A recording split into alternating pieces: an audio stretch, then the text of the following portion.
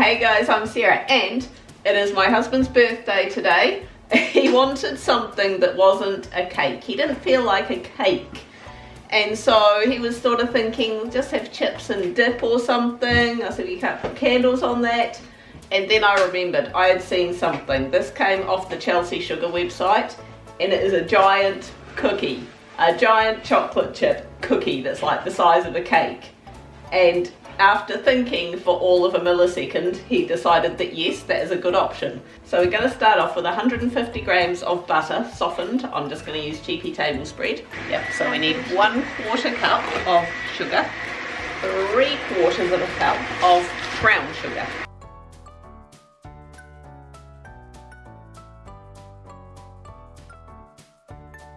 Use the jug boil in the background. So we're going to mix together the two types of sugar and the softened butter.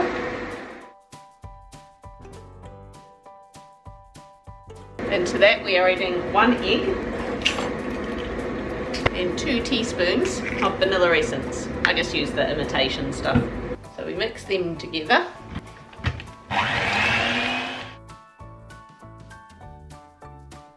Now we are going to obtain 1 2/3 cups of flour, 2 teaspoons of corn flour, 3/4 of a teaspoon of baking soda, a pinch of salt. Then you mix. Yes, then you may mix and I'm it. going to mix because you took away my salt privileges.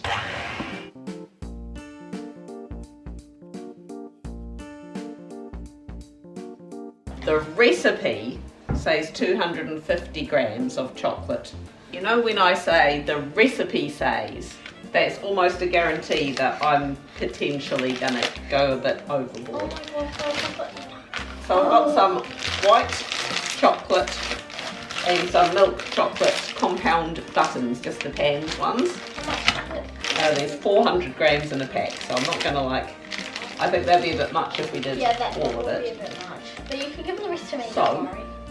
No, I'm quite capable myself, to be being honest.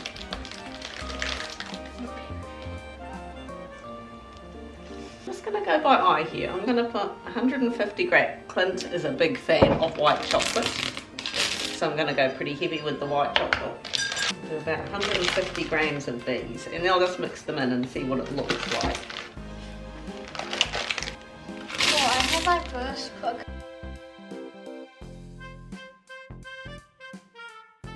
You measure chocolate with your heart, not by what it says on the paper. With your heart. Let's measure it with my heart. I just chuck it all in. Your heart and mine are very similar. However, we have done quite a bit more than what the recipe says, and I'm just throwing them everywhere. Now we need to use a 23 centimetre round cake tin, which I do have.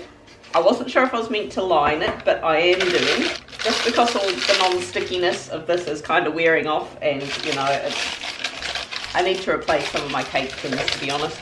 But so I'm going to do that. Can you preheat the oven to 180 degrees Celsius? And we're going to bake this for between 25 to 30 minutes. It's going to be epic, I can feel it. We got some ice cream to have with it. This is actually coming out a bit thicker than what I thought it would. Mum, it's going to be yummy either way. Well, it is. So brutal. I wonder if I should put it in a slightly bigger thing, because I know he was wanting something that's more cookie than cake. I'm going to put it in the slightly bigger cake tin. It was already looking quite thick, and I think that that really was going to come out more cakey than cookie. We are going to pop that in the oven at 180 degrees Celsius for 25 to 30 minutes, and then sit it still in its tray but on a wire rack to mostly cool. I still want it slightly warm because we're having ice cream with it, so you know, oh yeah. So I'll see you back here. That has come out of the oven. It's feeling cookie-ish. Definitely, I'm glad I put it in the bigger. Can I pull? I'm glad I put it in the not too I smell wide. it. Well, start. You need to poke it as well. Yes, yes, I do. Poke it. Not with your tongue. So, I'm glad I put it in the bigger one because it's still quite sizable. You know, it's still quite thick. Look at that. Interested to see the texture. Ooh, so it's still quite sort of slightly doughy in the middle, but quite crunchy. Quite crunchy on the outside. This looks absolutely epic. I'm gonna have a wee taste test now. We've actually got some ice cream to put on this. We're gonna have it with the movie. It's gonna be awesome. However,